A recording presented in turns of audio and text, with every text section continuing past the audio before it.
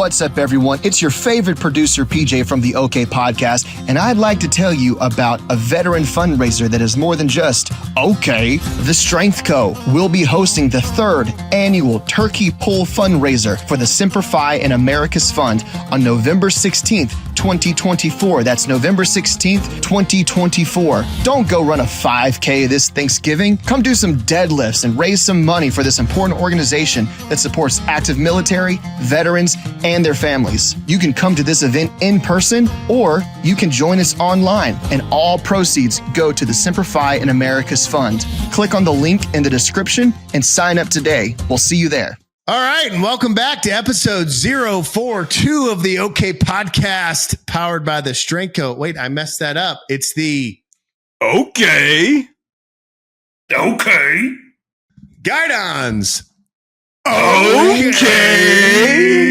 Podcast, again, powered by the Strength Co. We are in prime time, if you can't tell. We got college football to talk about. We got the Big 12 after dark to talk about.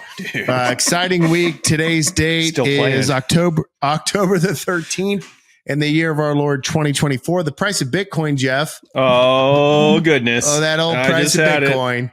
It's volatile. $62,500. $62,560.49. Which means that if you bought into Bitcoin at the episode 1 of this podcast, you are up, which is what we care about. And Trey, we got to shout out our unofficial sponsor, Zach Copley. Do you have the block height? I do. All right. And let me make sure this sounds right. 865,536. Yeah, that's how many blocks have been made. I don't know why you don't understand how that works. That's how tall they are. But yeah, that's how tall they are. I'm going to take my cap off here, fix my headphones, maybe leave my headphones for a minute. We got an exciting guest tonight. Evan Alberto, the card guy, former member of the Strength Co. Costa Mesa Gym. Woo. If you live in Southern California and you want to learn how to get strong, come by the gym and see it. Also has a pretty cool story about crypto. And when I say cool, I mean not that cool, but maybe he'll get into that later. But man, what a week we got. I mean, whew. Indeed. Yeah. A lot of things happening. A lot of Wife's things happening. 40 weeks pregnant. Deion Sanders playing good ball. It's the Navy's birthday. It is. Anchors away, baby. How many years we at? 249 years of just trucking around the Marine Corps. Marine Corps Uber. Yeah, Marine Corps Uber. Love it. I was actually wondering today, I posted Captain O'Callahan, shout out, Irishman from Western Mass, Captain OC. Real redheaded guy, Trey. Like True. If you saw him without a Guinness, you'd be like, something's off. And I texted him today. He'd show me redheaded guy. Yeah, redheaded guy. He texted me before a video of him squatting on a Navy ship, and I was like, "Oh, it's the Navy's birthday. I need to post something." So I just texted him. I knew I had it, but I didn't want to find it. And I was like, "Dude, send me your Navy ship squat." And he sent it to me, and I just said, "Happy birthday, Navy. Thanks for giving the Marines a place to lift underway." So yeah, pretty cool video though. Like a dude lifting on a Navy ship. Yeah. Outside, like on the flight deck. On the deck. Like what do they call the midnight meal? I think they call it midnight yell. Yeah, midnight yell. Yeah. What do they call them? Midnight rats? Mid-rats. Yeah. Midnight rations.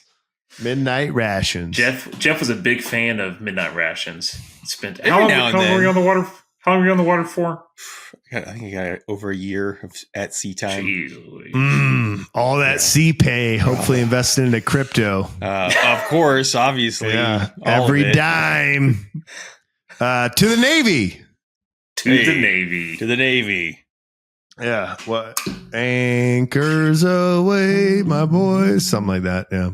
It's a good one. Yeah.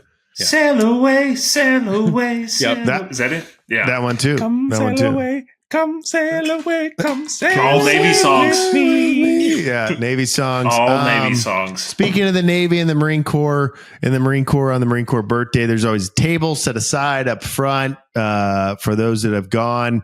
We have a chair. I'm going to move this other camera. This camera's now showing where PJ used to sit. He's not dead, but he moved. He's a Yankee now. I was confused. Should play taps. Yeah, we still.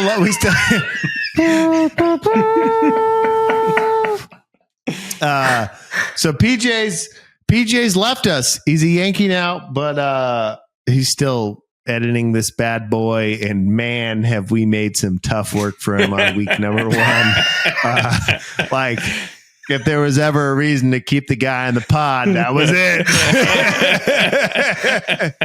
But we're definitely recording now. That's for dang sure. Better believe it. You better believe it. So nice. We did it twice. I like it. No, that's not true. Call that rehearsals. Rehearsals. Hey, proof of concept, if you will. If we went into FOPS, for you non-military types, that's future operations plans. We got our guests sitting in the waiting room. We got to let them in. If it like just randomly inserts into conversation that has nothing to do with the three of us faults, No, it's all on the editor. Yeah, he just came in. He came in. That guess he came in hot. Hey, everyone has a plan till they get punched in the face. So Gandhi said that. No, I was Sun Tzu. Kung Pao, yes. Yeah, Kung Pao. Konnichiwa. Ni hao. Kimchi. Kimchi. Well, we've gotten through all the Asian dialects. Good job. We got a lot to talk about after the show. But without further ado, this dude's running through the doors. Let's let him in. Evan, the card guy I met, walked into the gym. Did you call first? I don't even remember. Knowing me, I probably didn't. I don't think you did. I think you just came in. Yeah, I was looking. You know what's crazy? So I had seen starting strength somewhere.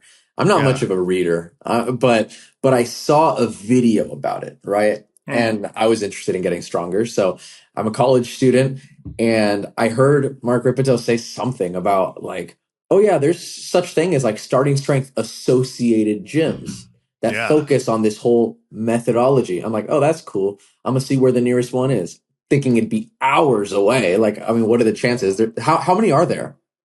I think now, so when there was affiliates, when you came, there was 9 of us. I think now with franchise gyms, they've gotten a little bit bigger as you have. I think they have around 30. It's right around 30. Okay. So yeah, at the time, 9. One of them being, I'm not exaggerating, 5 minutes from my college that I was living at the dorm. 5 minutes. Yeah, so I was like, oh shoot, I'm gonna go. And I probably just showed up. Yeah, I think you just showed up. You were super pumped. So you were in college. I thought you were in high school, but I looked a lot younger. And it's the facial hair makes it like 2 days ago I looked 10 years older than I am. But right now I feel like I look my age. I feel like I look my age right now. And you're what, 27? I'm 25. 25. About to be 26. Okay. 26. About to be 26. Okay. Yep. So you came in at like 19? Yeah. Yeah, just about. Okay. And had you lifted before? I mean, I know these answers. I had gone in and out of the gym like a lot of people. You know, I go with friends. I bench a little bit. I don't know what I'm doing. I was really, really undertrained though, like very weak. My original lifts, oh my God. Like I remember the first time I bench pressed, and a lot of it, you know, it's your muscle, like motor skills, not knowing what to do. But it was weird. It was like the bar was too hard for me for bench. So I got like a 30-pound easy curl bar and used that. So I was like in and out of the gym. I got a little stronger, but not much. I did some like calisthenic stuff. And then I would say going to your gym was the first time I actually weight trained properly. Okay, so I'll just like speed people up to date, and maybe we'll talk about it later in the show. But you came in, you were like a little bit overweight. You wanted to lose some weight. You wanted to get strong. You got super pumped. You got strong. You left. You're in college. You know, there's like finances. I don't have money to pay for stuff, all that kind of stuff. But you were always like really fun to train, like really upbeat in the gym. And then you did cards. And, you know, and the cards, like you're having the card guy was like super exciting. And then I'll fast forward to what I thought later. But I mean, at that time, like if I remember, you were working at Mercedes. Yeah. A lot was going on at the same time. Right? Yeah. So I got hired at Mercedes-Benz, one in Laguna Niguel. So they're in Orange County, and I was doing that as a part-time gig while I was going to Vanguard University. And, TikTok came out and I was like, oh, I've been doing magic for like half my life. There's a new platform out. I kind of regretted that back in the day, I wasn't like showing my card tricks online, like on Vine or Instagram or when those platforms had their time. I mean, now Instagram's resurged and it's fucking huge. But, at the time I was like, man, I really regret that I didn't, use my like magic and social people skills on a platform. TikTok is new. Maybe I can have like a first mover advantage. So TikTok came out while I was at that college. And, I'm doing the Mercedes stuff on the side. I'm a janitor over there. I'm working out at your gym and I'm making these videos for fun. And then they just started blowing up. So I just kept doing it. And once they started bringing enough money, I just left school. I was like, I don't want to do this anymore. And I've been doing the social media stuff since. Yeah, no, it's funny today. So, we've always kept up, which I've appreciated. You've like hit me up from time to time. Like, I'm not the best at that, but I try. Yeah, no, and everyone's busy, right? Especially like the busier you get and like the more your business takes off, like you have less time to do that. But when I messaged you yesterday, and I actually answered, I'll tell you, Trey, and Jeff, but he put on like, I'm bored, hit me up, and like a comment thing. So I was like, and then he had like another one that was like friends only. I was like, come on the podcast tomorrow night. And he was like, dude, sounds great. And I was like, cool. So I tell them, we had like all the podcast notes of what we're gonna do. I was like, hey, we have a guest tomorrow.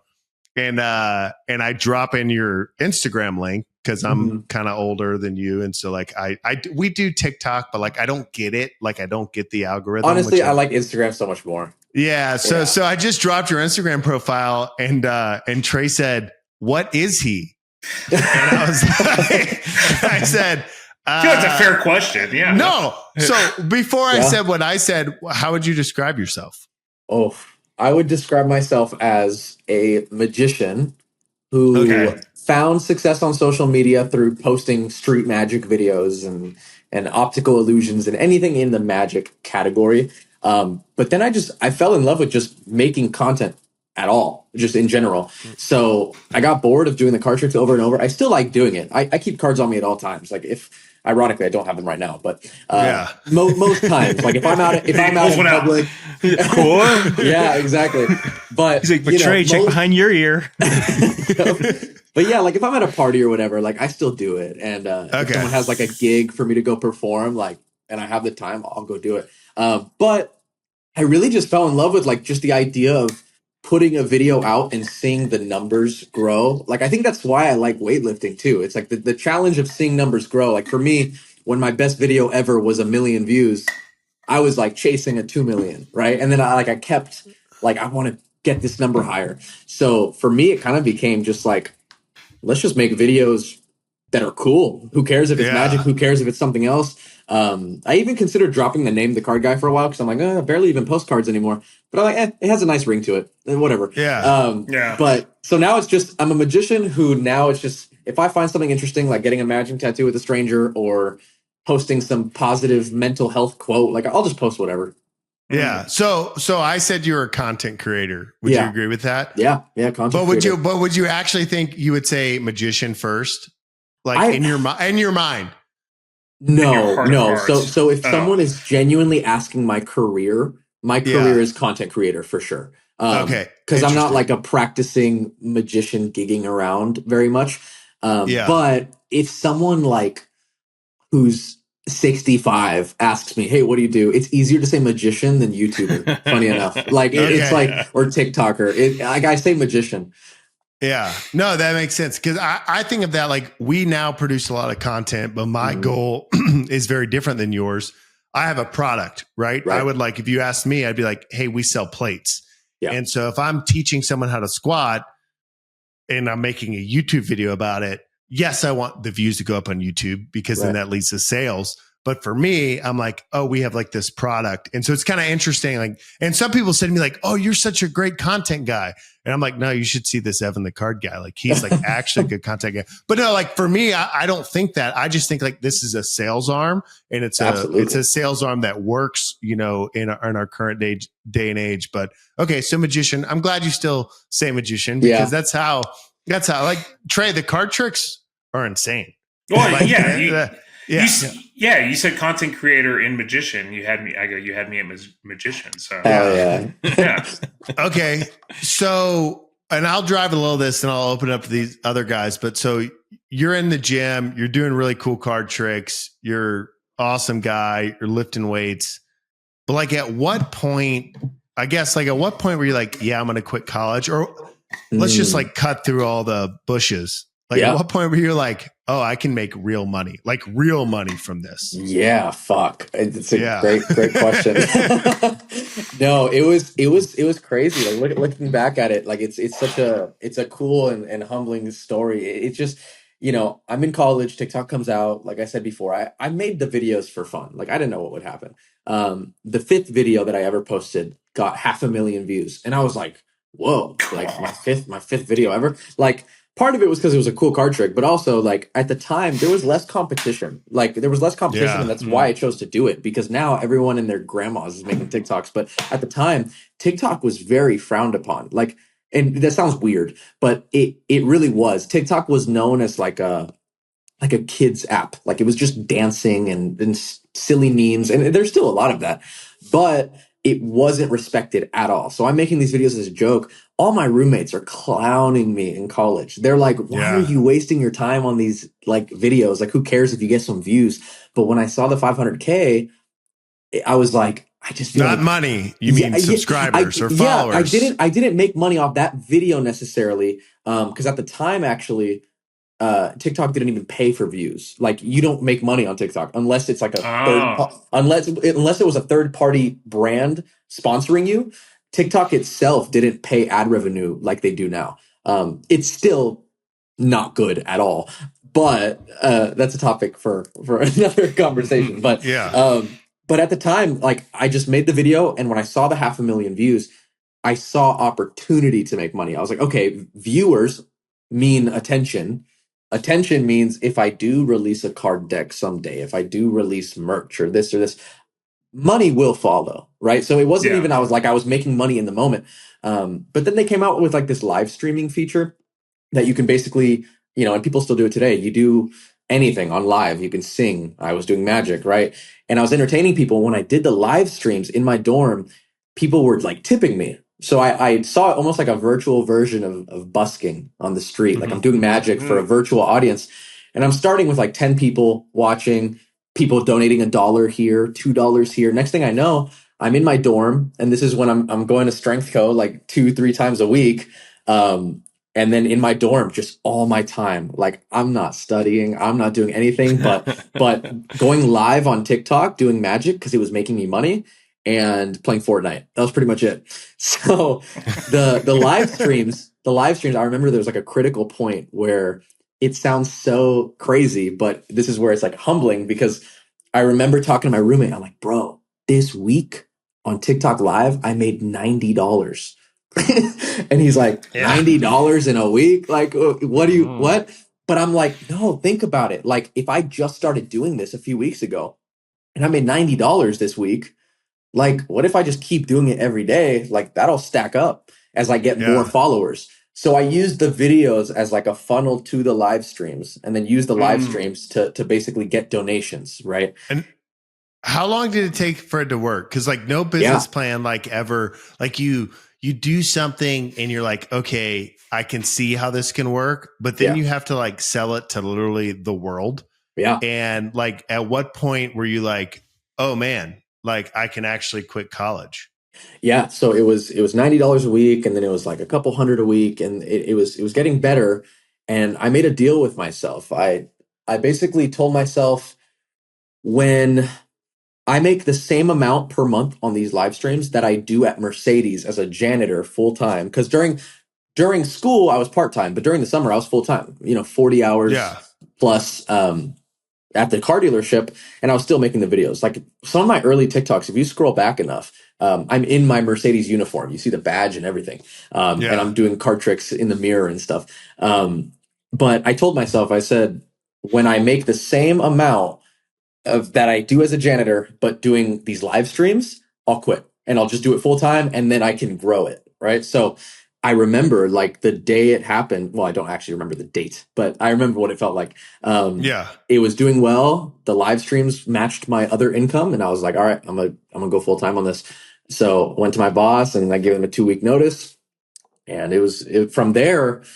From there, I just kept going, and I would say in the following 2 years after that, I had gone from making, $90 a week to my first $1 million. And that was for me, like to do that with content was like fucking insane. crazy. Yeah. Fucking crazy. Mm-hmm. Yeah. Yeah. I'm gonna let Jeff or Trey run with that because I could just keep going through the narrative. Yeah, man, I'm full up with questions right now. I guess I love questions, and I can talk. I guess I kind of want to go back, man. So you said you start off with magic. So I guess a two-parter here is kind of like, what got you, like what age, what got you into magic? Was there something like you saw something and you're like, this is really cool, I want to try this? Like, do you remember what that was? Yeah, so my earliest memory of magic was I was 6 years old and I was at the Venetian in Vegas, and there's a magic shop on like the bottom floor, and my parents took me into there, and the guy behind the counter did the trick where like he has like a red light at his fingertips and he like throws it to the other hand and puts it in his mouth. It's just like they're fake thumbs that you wear that you press on them, and it's like a little light. Oh, dude, don't ruin it. Oh, damn. For any 6-year-olds, I thought the magic was real. Yeah. But yeah, it was that baffled me. And that's my earliest memory of magic. But I didn't start until I was 12. When I was 12, I was in an argument with my little sister. I don't even remember what for, just sibling stuff. But I probably like raised my voice at her or whatever. My parents are like, no more video games for a month. Because at the time, my whole life was video games and baseball. Like that was it. So no video games for a month. I was just bored. Like it was probably like a week after that. I'm just bored. I'm going around the house. Like I don't have my consoles to play. And I just saw a deck of cards and I was like, I'm gonna learn some card tricks. And it was just so like serendipitous and just spur of the moment. And it's just crazy how things happen because that became my career. Yeah. That's awesome, man. Yeah. I guess then kind of going over to the content side, I think I've told Grant this before. He doesn't take compliments well, so he probably ignored it. But I like it takes a huge knack to, I think, just be creative enough to come up with content like over and over and start churning it out. Is this something like, do you just see something and you're like, oh, this would be good content, or do you have to plan it out? Is a little bit of both? Like, how does that work? Ooh, the learning curve is interesting because you kind of have to have a knack, like you're saying, like just for seeing a good idea, but then you also have to be able to execute on that idea. So I think there's a lot of people with a cool idea in their head. For example, I had the idea in my head of, oh, it'd be cool to get a matching tattoo with a stranger. Like it popped in my head. I'm like that. I mean, can you imagine seeing that on TikTok? I'm talking to myself in my head, right? I'm like, oh my gosh, on TikTok, like that would go viral. Like that's crazy. Someone saying yes, like that whole thing is so interesting. Of course, people would share that and think it's cool. But then it's like, let's say I do it, but the packaging of it isn't entertaining. Like the music isn't right, the text isn't right, the pacing isn't right. It really is like storytelling, and I can go on for forever about, the edits are very, very important. So the learning curve for how to make it packaged nicely is probably the hardest part. I think people are more creative than they think. I think thinking of an idea is not the hard part. I have people that aren't even influencers give me ideas all the time. Like sometimes I even post on my story. I'm like, hey, I don't know what to post. Can y'all give me ideas? And just random followers of mine will think of something awesome. But then it's my job to be able to execute on it. And Grant, that's why I was impressed. I remember seeing like when you first started doing content for the Strength Co. It was like a huge shift that I had seen. It just popped up on my timeline, and I was like, last I remember from your account, you were just posting clients lifts, but now you're making boring. No one cares other than that client and the people that know them, right? I think that's the mistake where people go wrong in content. So a harsh reality I tell people all the time, because I've actually worked with other influencers, like kind of like as clients, and I've consulted them on how to make good videos. one of the things I tell them all the time, I'm like, I know it sounds harsh. You have to step outside your own shoes and say, if I wasn't me, would I even fucking watch this? Would I even be interested in this? Like, and when I saw you making like legitimate, like informational videos and it's like edited with text, and I'm like, he's got it. I'm like, he's got it. Well, I don't have it to the extent that you do, but it definitely made a huge change in my business. And what's funny now is so, I started with the gym and then we made the plates, and the plates took off because they're a better product, right? Outside of like influencer stuff, it's like people like our plates better. But then I thought like, well, how can I get more information out of this? And I also have a bunch of coaching knowledge.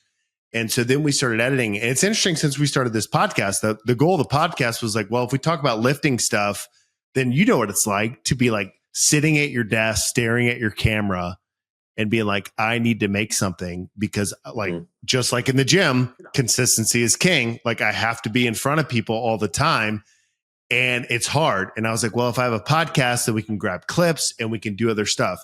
But to this day, it's hilarious. When I sit down, think about a video, edit it well, put text, cover it in B-roll, make it flashy, we'll get 15,000 views, right? Which to you is nothing, but to us is a lot. No, it's a lot. Whereas if I just grab like 5 minutes of great conversation, which this is great conversation, and I post it, it's like 3,000 views. And so you're exactly right. It's like, hey, what's being said is, the information, but the way you package it to where like you have someone that watches it like the whole time. And it's been a really huge learning curve. And especially like, we're only 10 years apart in age, but even like that gap of I remember you being in the gym and knowing you. And you probably remember when I FaceTimed you that one day, and there was like a 5-year-old that was a client's kid.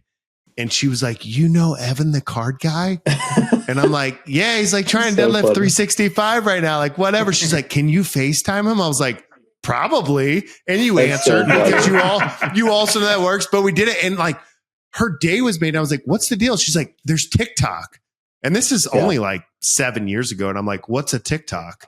And then I look and I'm like, whoa, this kid's like a big deal. And I don't mean that derogatory. I mean that as a compliment. I know exactly what you mean. And it was just, so no, the packaging is super interesting. Okay. So, you're doing the magician stuff. TikTok takes off. Now I assume you're on all platforms. I'll tell you, I only consume you personally on Instagram. And one of the things you do that's interesting is it'll say like, Evan the card guy goes live. And then it like tells me again from the friends page.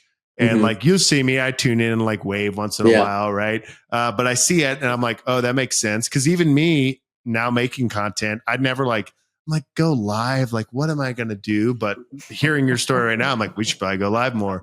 But at what point, or like you blow up and then you have to manage all of that.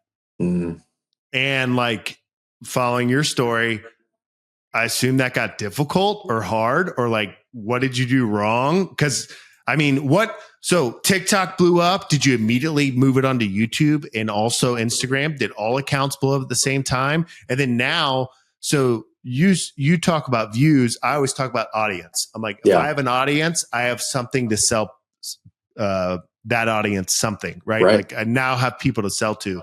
Like, did you just blow up and then you're like, what do I do now? Or was all your monetary stuff just from views? And then it's like, well, now I'm busy and I have money, so I want to go hang out and do fun things. But if I'm not making content, does like my revenue drop?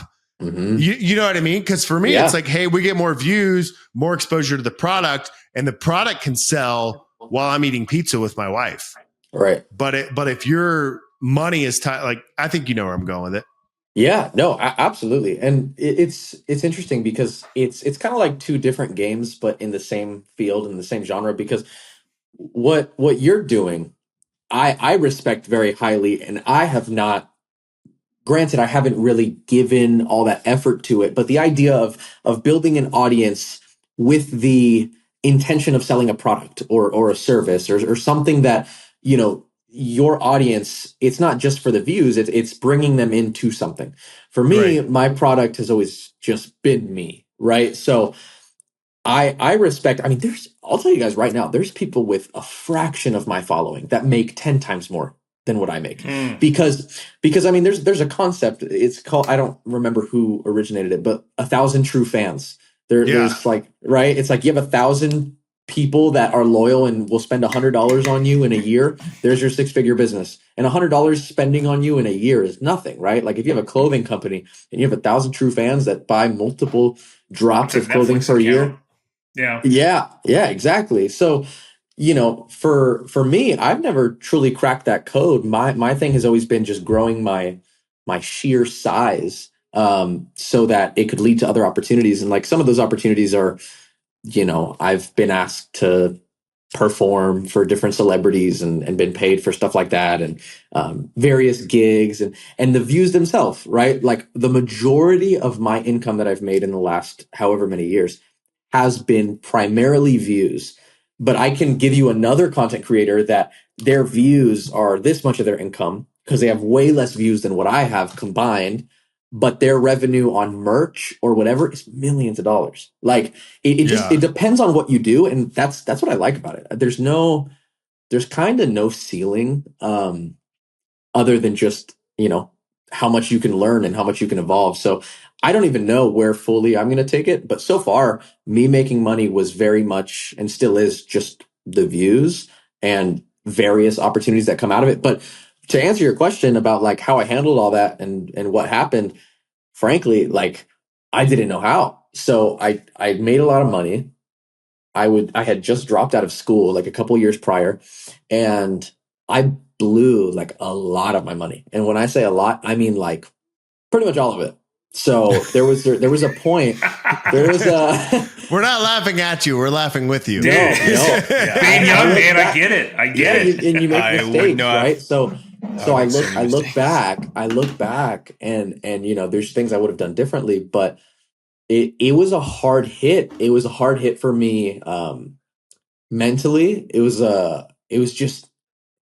was crazy because for me, it was this feeling of I proved that I could do it. Like there were a lot of people that told me, you can't make this your full-time job. You can't make this, my parents have always been super supportive of me. Even they were like, don't drop out of school, like at least finish first. They're like, you have 2 years left. I'm like, I can't wait another 2 years. I'm going to do this. And they were not happy about it. They're super supportive. They were like, if you want to pursue this as a career, that's fine, but at least finish first. And I'm like, I can't wait another 2 years. I'm like, this is the opportunity. Like, this is when I need to get on TikTok because it's new. They didn't get it at first, but when they saw how hard I was working and how much money I was making, they were like, this is awesome. Great job. Yeah. So, it was going great. And I had this feeling of accomplishment. I was like, hell yeah, I was a janitor 2 years ago. Like, I'm making all this money. Like, I feel great, like all this stuff.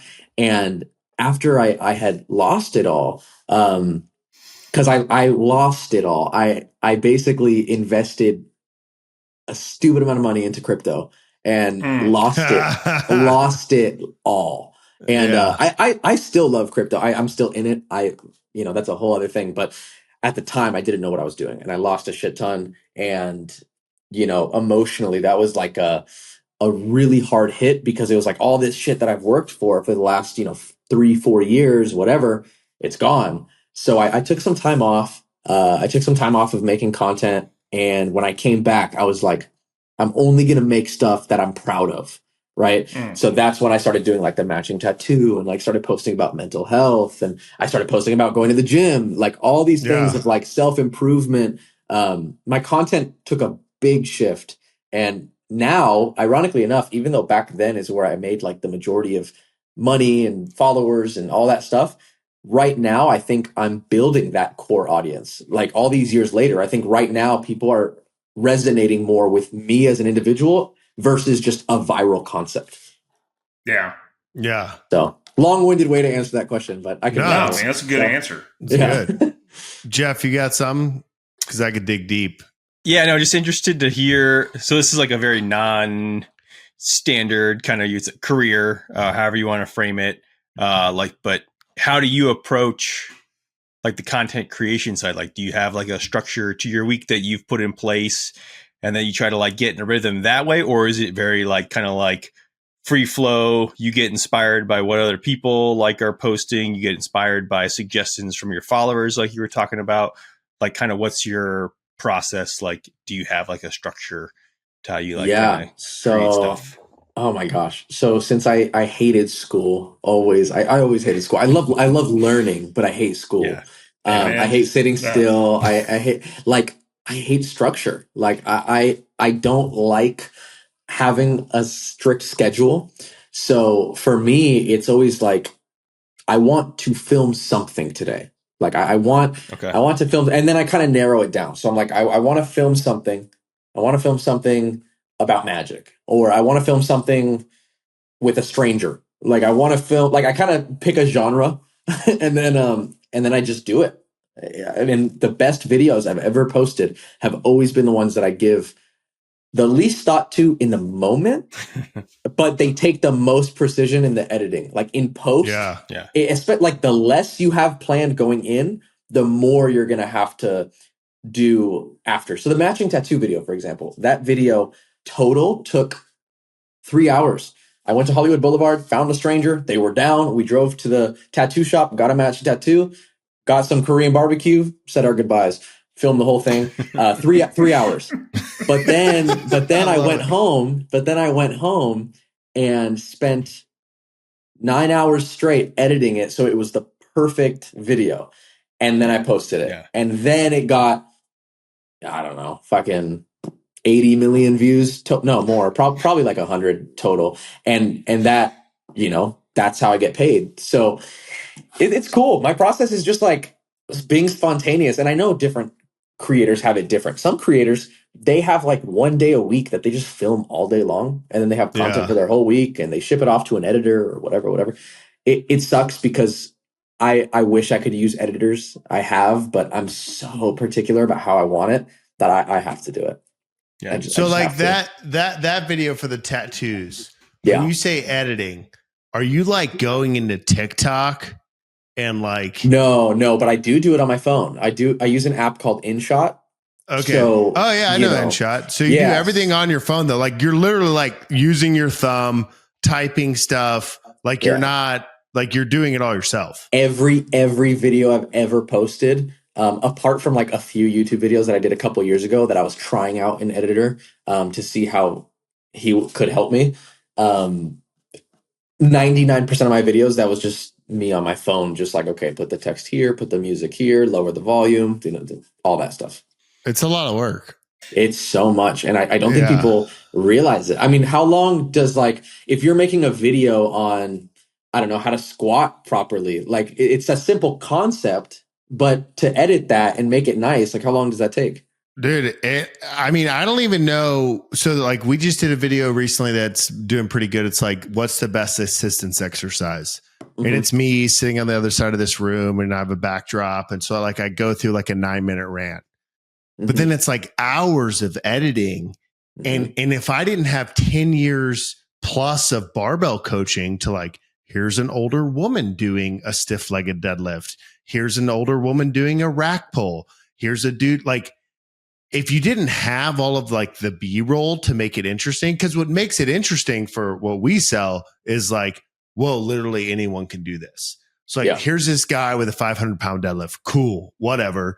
But then when you watch like other people doing it, and then it's me, probably like you, I wish I was more organized, but like going back to my phone, like, okay, let me go back to 2017. I remember I had this older lady training, like, but do Yep. I want to use that? Because I didn't have strength co plates yet. So like, when did I have someone doing something similar when we had these plates so that then we're like branded, and it goes on and on. But the editing is, and it's just funny. The more time we spend in editing, and I use PJs on this podcast a lot, to help me, but like the more time we spend on the editing, the better the video does. Always. And it's like Always. every single time it's like, you just make it more entertaining, but no, that's crazy. You can't give them a reason to swipe past it. And it's a weird thing because, basically the way these algorithms work is the longer the average watch time is on a video, the more viral it'll go. So my most viral videos, it's because if you look at the average watch time, and it shows you the analytics on every platform, it'll say, the average view duration was 40%. Meaning, you know, some people finish the video, some people stopped it early, whatever, but 40% average watch time. Yeah. In general, if you can get people to watch 60% plus, and I know that seems kind of low, but you just got to think people scroll so fast. Seems high to me. Yeah. Yeah. But I mean, 60, 70, like you'll probably get a good amount of views if you can pull that. So if I tell people all the time, like your only focus needs to be keep their attention. Like keep their attention. Yeah. If it takes that one little change, like it got boring here, you repeated yourself, you know, why keep that part that you repeated yourself? Take that out. They don't need that. This really, really good editor taught me, he's like, if you have 3 clips and you could hypothetically take out the middle one and it still makes sense, you didn't need it to begin with. So it's a very like when you're editing and you have all these clips, you just the best way you can edit it, all those changes matter. I mean, I can't tell you how many times I've had a video where like, oh, like I should probably say, man, I should have said something there. I filmed that old guy in the corner because he gave me a funny reaction, but it's like, it's empty.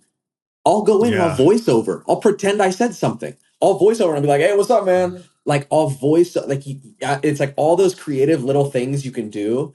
It makes a world of a difference. Okay, is that learned or is that something you just picked up like over time? Just picked up like basically studying my other videos. Like when something doesn't perform well, I mean, you hear people all the time like, I'm shadow banned. My account is blocked. Like that shit. Like, I love it. I used to do that. I used to do that, and it wasn't. I mean, it wasn't until I had fucking like 4,000 videos under my belt that I look back and I'm like, no wonder it didn't do well. Like it wasn't the algorithm's fault. It wasn't interesting through and through. Maybe it had a good hook and then it got boring. Or maybe it was like kind of cool, but like people aren't really going to share it. The more interesting through and through, like I'm a firm believer. I have influencers and content creators all the time, like debate me on it. They're like, no, you have to post at a certain time. And I'm like, no, if it's a good video, it'll get views. Like if it's a good video, it'll get views. If it doesn't get views, it probably isn't very entertaining. And it's the harsh reality. It's the harsh reality, but that's how you learn. Yeah. Okay. So I don't want to spend the whole time on content, but I want to spend a little bit longer on it. So timing, all that stuff's interesting. So like for it's just interesting hearing from you because your revenue is based off views, right? Yeah. So my revenue is based off people landing on the website, which is a whole nother business. Then like, how does the website sell them coaching services or products? Right. So I will mail it in all the time. Don't have a great video, make a good thumbnail. At least people will click. They'll be there. The buy buttons will be at the bottom. Like we'll be fine. If we zoom out and look at the month, like more people went to the site from YouTube or whatever the platform is. Who cares? Like it works. Also with the same understanding that like you have to have good videos, but with it being tied to revenue, like or the views being tied to revenue, there's so much like more skin in the game. So or do you think that posting less sometime is more? Like, hey, or like, I guess your views of consistency. So like for us on YouTube, we post Sunday, Wednesday, Friday. And I'm like, Wednesday's our best video. Like Wednesday's the video that we edit. Like I'm sitting behind the thing. I'm providing B-roll. Like we do it. Fridays, a clip from the podcast. It's good. Sometimes we add like B-roll to it and it's like fun conversation. Like maybe this conversation will be on there. But it's not as much effort put into it. But if I zoom out, I'm like, okay, the YouTube channel's growing. More people are going to the site. And then like we see a revenue bump. But your revenue is directly tied to views. So back to like the people that you talk about, they're like, it's Monday. I will film 6 clips and I will produce them and schedule them over 6 days at this times because I think the algorithm, like what you say good video is important. Good video versus like a consistent account, or do you need both? Like, what are your thoughts on that? Yeah. So for most people, and this was my mentality, and I could probably find some old interview from a few years ago. I was always like consistency over everything. And I was also saying, and people would fight me on it, but I would say quantity over quality. I used to say that because, and I still stand by for most people, I think that's what they should do. I think most people get analysis paralysis. I think most people don't post enough. I think it depends on what your goal is. I think for you guys, like if the goal is to get people to learn about who you are, what you sell, what you do, and you literally have a product, who cares if the video gets 50 views if 4 of those people decide to buy your product? Right? You don't have to get viral every time. For me, because I'm the product, there had to be at some point a shift where it's no longer let me just get myself out there. It's brands are looking at me. If I have views all over the place, they don't know how to price me. So for me, it became like, if I have average, every video gets 1 million plus, they're going to pay me a hell of a lot more. So it just depends. It just depends what you're doing. For most people, just post. Like stop caring if this one goes viral and this one doesn't. Like, still try to learn, still try to go viral, but who cares if it doesn't? Like, it could still provide value. Even if this episode here got like 2 listeners, like, who's to say those 2 don't love it and then go visit your website and then, you know, whatever. Buy a home gym. Yeah, exactly. Yeah. Exactly. Jeff, anything? You still lifting? I am. I have a pretty fucked lower back. So, you know, I've been going to the doctor a lot for that. I don't know. I genuinely don't know.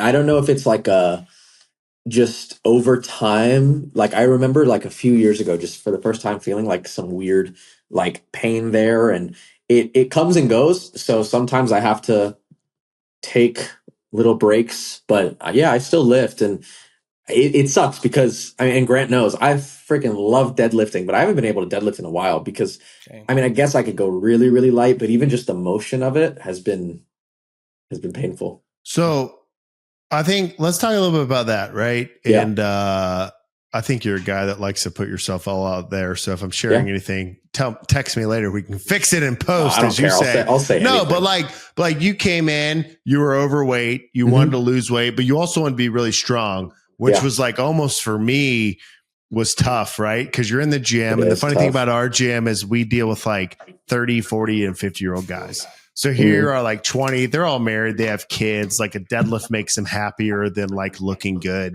Like, they've already like, you know, found their, hopefully what makes them happy in life. They have a wife, they have a kid, whatever. And they're like all pushing you, like, you got to deadlift 500 pounds. And you're like, I'm just going to eat and I'm just going to gain weight. And so you get strong, you get overweight. And then, like, I've seen your posts before, right? You're like, hey, I'm fat. I don't want to be fat. Yeah. And then, but now you're like, I mean, what are you? You're 5'11", I assume, 5'10". No, I'm short. I'm 5'8". 5'8", and what do you weigh right now? Like 185? Yeah, probably around there. Probably around there. Yeah. And I was at my heaviest, probably like 225. Yeah, so you're for 5'8". That's pretty chunky. Yeah, and especially when you're young, right? Before you've like developed, but like you got big and you got strong while you got big, right? Like, you got your lifts up, and then I guess I would ask, like, what was your, like, when were you like, hey, because what'd you deadlift in the gym? 405? Yeah, I think the heaviest I did at Strength Co was 405. Yeah. And then, but then now, I did it on Thanksgiving. I remember it was on Thanksgiving morning. Love that. Yeah. Okay. So, but then you've cut weight now. Like, what have you learned about fitness, right? Because you came to me. Not to me, but to the Strength Co with like kind of like no idea. Like, hey, I know I need to be stronger. I heard Mark Ripito say something, but you didn't really know what to do. And I'm like, well, the best thing you do is get strong.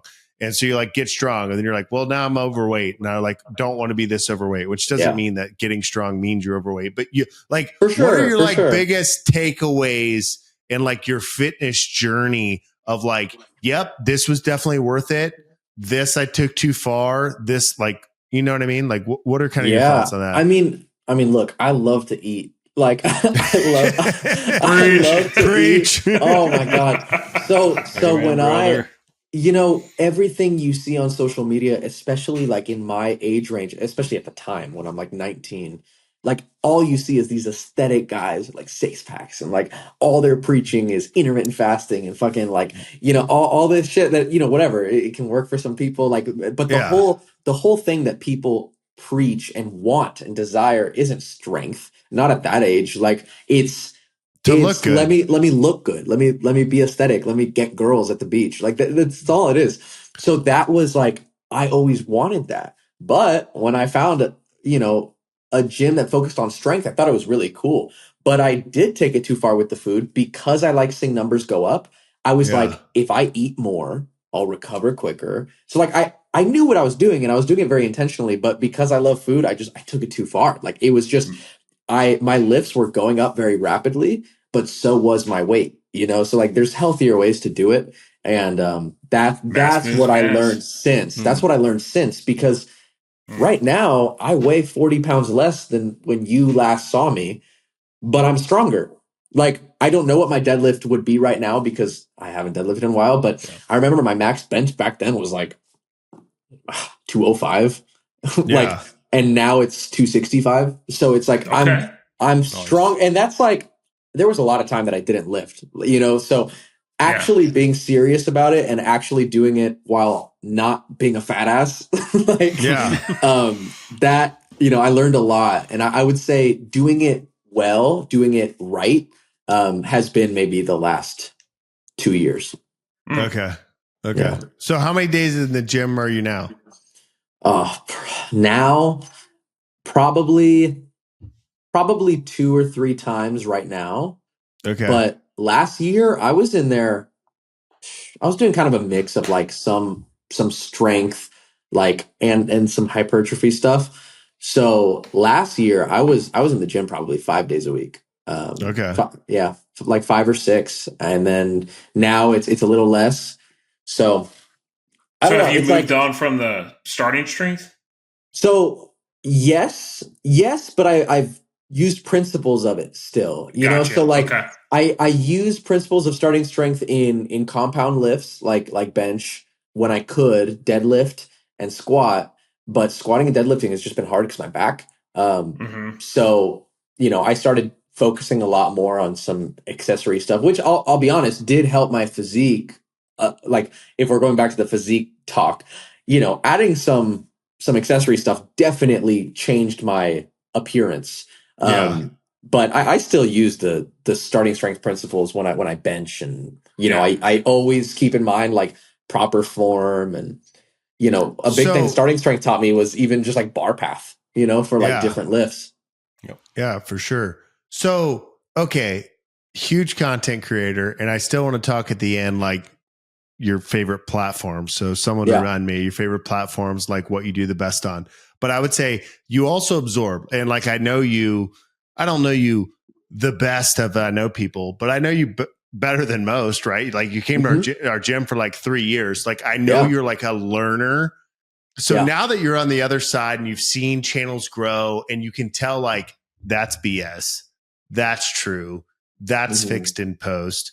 Like, what are your favorite fitness accounts that you're like, Ooh. hey, I'm gonna watch these? Like, and I know the strength code's number one, so leave us out of it. Of course. But Of no, course. no, As but is like, tradition. what are your favorite? Like, you're like, I always watch this guy, and you can even throw in a layer of like, hey, I know some of that is kind of like BS because he has to have an account in order for me to watch it. But like, who are you like? I always am watching what these people are doing because I assume you still learn fitness content. Yeah, I don't watch it as much as I used to, but I really like really anything C-Bum posts, like Yeah, anything Chris Bum said. I mean, that guy is just, I mean, obviously he's a genetic freak and a Mm. hard worker and everything, but he just seems like a genuine guy. Like yeah, Yeah. it's cool to see someone that's a good person win, yeah, So he's someone that I like to watch his stuff here and there, seeing what he does. I mean, he just won his sixth in a row and retired. I think he'll be back at some point, but he'll be back. he'll Yeah, be back. He'll be back. But that's super cool. I watch him. I watch a lot of like accounts that do like comedic gym skits. Like I'm friends with a lot of them. Because now where I work out most of the time is Zoo Culture, which is Bradley Martin's gym, and they're all yeah, Oh about like yeah. content and skits and being funny, and it's kind of like gym culture, as opposed to informational. So I haven't actually been consuming that much informational stuff on fitness, but I did used to watch some Jeff Nippard. I used to watch some who else?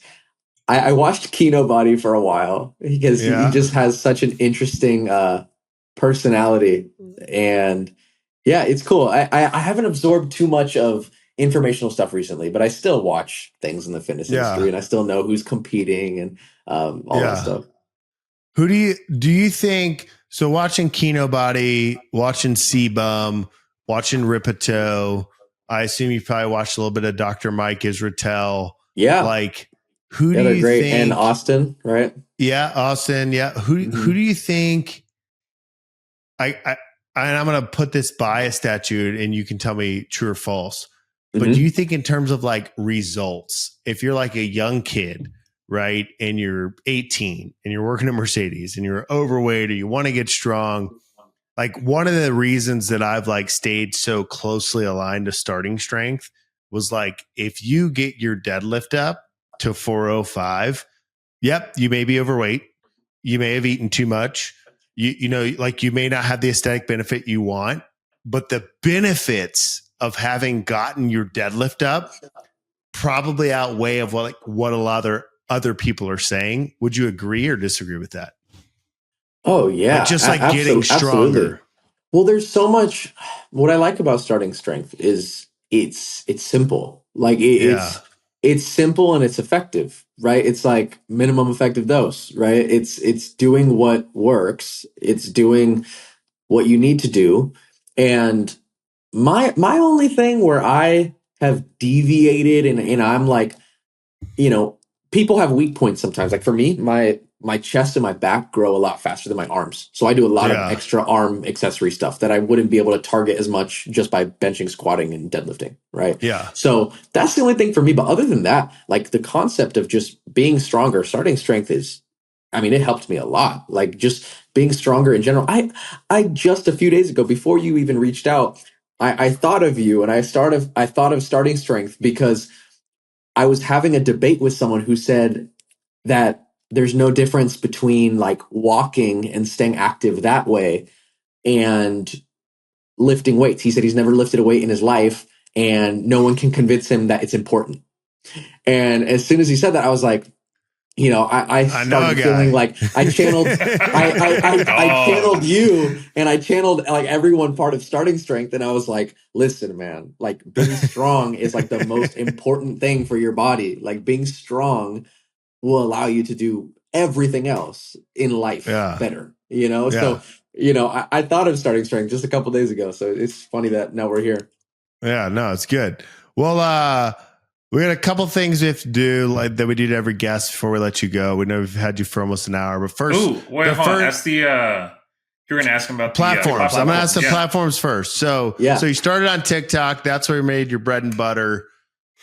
And we also want you to use this as an ad for yourself. Not that you'll get a bajillion more views, but I'll tell you is we have 1,000 true fans. And I'll say that to be honest, like the people that watch our account, like our account. So I guarantee you, like my mother, for example, will go follow you. Hi. So be careful. Yeah. Hi, Mom. But like you started on TikTok, which we get, but like right now. So what? There's TikTok, there's Instagram, there's Snapchat, there's YouTube, and I feel like there's X because I don't really see on X. So like, how do you rack and stack them? Yeah. And where are you like, hey, I'll remake? Because one of the things that I found interesting is like, we'll have something, we don't have stuff go viral like you do on Instagram, but we'll have something go viral on Instagram. I'm like, I should put this on TikTok. But if that little watermark is there from Instagram, like it does not do the same thing. And it'll still do good because it is a good video. Repost the video. You have to repost the video like without that. Yeah. Yeah. So what's your like, where do you spend your like when you think of platforms in terms of you, and you are super interesting because your revenue's from views. Where are you like, this is what I open up? Like I have a Shopify store. I wake up in the morning before I lean over and ask my wife we're having the baby. I open my Shopify store. I'm like, what did we do last night while I was asleep? Right. So like what, because I'm like, my job with this baby is to provide for it. So like how are sales? Right. So like your views are that like, what's your like, how do you rack and stack them? Yeah. So my favorite as a consumer and a creator is Instagram, just because I think it's the most versatile in the sense of, You can have stories, you can do live, you can do pictures, you can do video, you can do the little swipey photos. Like I just like Instagram as a consumer because it's also where like my friends are, my family is. It feels more personal. Yeah. TikTok kind of feels sometimes like it's like a not like I'm playing a character, but like I guess for lack of better words, it's kind of like what's going to go viral, like what's going. And I still have that mindset with Instagram and the other ones, but Instagram just feels the most real to me. It feels the least gimmicky. I think people can see me as a person better on that.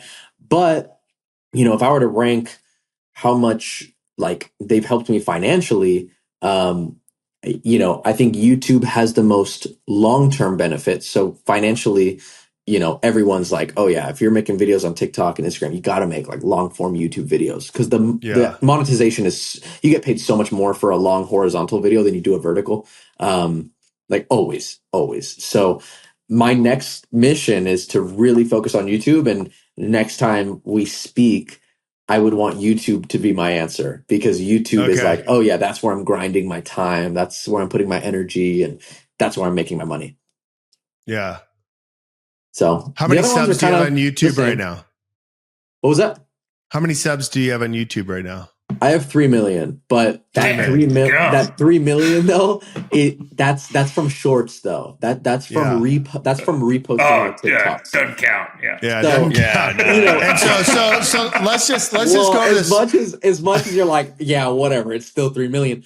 It really does make a difference. So the 3 million that I have, and it's not to discredit myself, it's just from reposting my TikToks. It's, on TikTok, I have 16 million, basically copying and pasting all those 4,000 videos on YouTube. Not all of them. I actually only took the best ones. I think it's like the best 700, whatever. But I took the best performing on TikTok, threw them on YouTube. That's how I got the 3 million. I really haven't done the effort or the time to be a YouTuber. But that's my goal. Like I just posted a video a few days ago. I'm doing this series where it's spending 100 days with 100 different strangers, essentially. So it's like I'm making a new friend each time.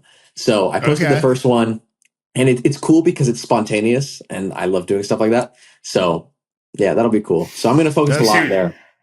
You say what you want, man. You got the population of Luxembourg following you. So. Yeah, no, that's good. Yeah. So real quick before we go into the two things you have to do. So you're 3 million on YouTube. You're 16 million on TikTok. What do you like?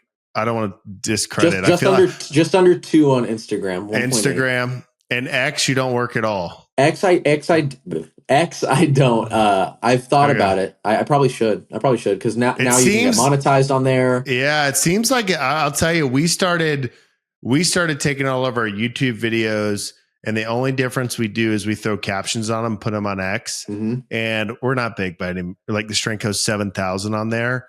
But man, that's a lot on Twitter. Yeah, thanks. But I think Elon is. We are seeing it now. So it used to be like post a banging thumbnail and a link, and you see YouTube videos go up.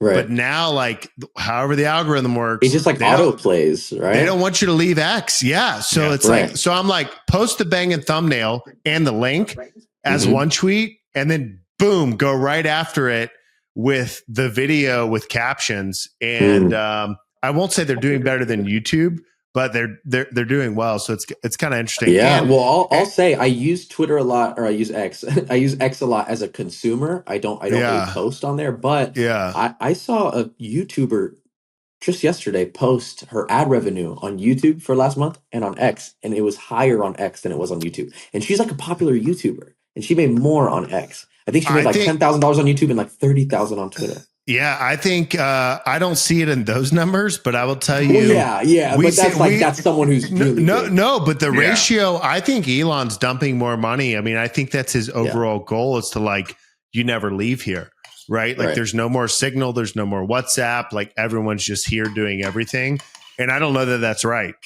But I definitely think it's worth, especially if you've already edited the video. And that's the other thing that people don't understand. It's like, okay, I edited a video for Instagram and I post it. It's actually a lot of work to get it up on every platform. And sometimes you're like, it's like, is it worth it? But it definitely is. It definitely is. You never know who's going to see it on something else. Yeah. Well, we got a couple things to do with every guest. I'm a Marine, Jeff's a Marine, Trey's a Marine. He's technically out, but once a Marine, always a Marine. Oh, So yeah. we have a little Marine thing we do that leads into the name of our podcast, which Jeff will take you through. And then we have a sponsor that we feed you some information. You're a content creator. You're a spontaneous guy, so we're expecting a lot. So we'll kind of take you through both of those. So Jeff, you want to take him through the okay? Okay. So the podcast name stems from, so there's kind of this like archetypal character within the Marine Corps. It's a gunnery sergeant. I don't know how familiar you are with ranks, but right, probably a guy that's been in for 12 to 15 years, right? So although he's probably all not that old in age, right, the Marine Corps is taking his toll on him. He's been through a lot of dumb stuff. Like he's been through it all, right? And there are times where he's sitting around in his office, he's on his like 15th cup of coffee for the day. Maybe things aren't going right. Meetings are popping up left and right. And some young 19-year-old comes in with some dumb problem of like, hey, Gunny, I accidentally just like bought a car with like a 45% interest rate. Also, I just got married 2 days ago. I think I was supposed to tell you that, but... And then usually their response is going to be something like, okay, I know I told you not to get married ever because the Marine Corps didn't issue a wife, so therefore you don't need no wife. And I know we said don't go out to those car dealerships. So that's where that okay comes from. Okay. So your job now is to kind of like channel all of those like decade and a half of just disgruntled hate and channel it into your best okay. Okay. And you can put it in a sentence if you want. Oh, that was good. That was good. I cut you off. It was okay. That was pretty good. Yeah. That was okay. Can we all just take a second of like how great of an explanation that was by Jeff? That was great. To somebody who does not know anything about the Marine Corps. Like you painted a great picture there. Yeah, that was good. I feel like I'm part of the inside joke now. Yeah, you're in. You're in. You're in the club. Trey, you want to tell them about our sponsor? Yeah, man. So we have what we like to do with all of our guests is do a little spontaneous ad read of our favorite sponsor, also our only sponsor, BW Tax, man. So what we do is we'll spit out some facts at you about BW Tax, and you kind of compile all those into it's really just artistic freedom wherever you want to take it. And just give your own ad read with this hodgepodge of information we have. So Grant, I'll let you start us off, man. So I would say BW Tax, it's a small tax firm. It's a small business. The cool thing about it is you could be a content creator with millions of views. And that's tricky because where's my business based out of? Am I out of California? And am I out of Missouri? Where's my revenue coming in? Do I need to pay tax in states where I'm selling merch or not? It can be confusing. But the nice thing about BW Tax is regardless of your situation, he takes that information. You get a real guy on the phone and he tells you like, hey man, I know you're a content creator with 5 million views, but you need to be an S Corp, not an LLC. Like whatever the stuff that you don't want to learn about so you can keep creating, he just does for you. Jeff? Let's see. Great news is they're based out of South Carolina. Again, small business, big Boston sports guy, loves living in the South, loves the freedom of South Carolina, but he can do your taxes anywhere. So it doesn't matter where you're calling him from. He can help you out. Ooh, Trey? Man, y'all are taking all the good ones. My favorite thing, though, I would say, if you've ever called like a big company and you get put on a hold and talk to a robot saying, hey, press 1 for English, press 2 to speak to a representative, you call BW, you don't get that. You just talk to a human straight up, immediately get the answer you need, get on with your day. All right. So Evan, one thing I will say, usually we have a soundboard here. We're a little bit degraded. And we would play you an example. However, that's okay. I don't need an example. If the soundboard was here, I would not play it for you. So, true professional. Yeah. You got it, man. It's up to you. I'm not a salesman, but I can try. All right. It's on you. Okay. So who am I addressing? Just anybody listening?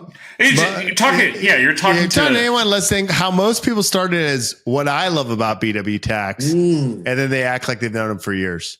Gotcha. Okay, so here's the thing. Yeah. Right. There's two things that are certain in life, right? Death and taxes.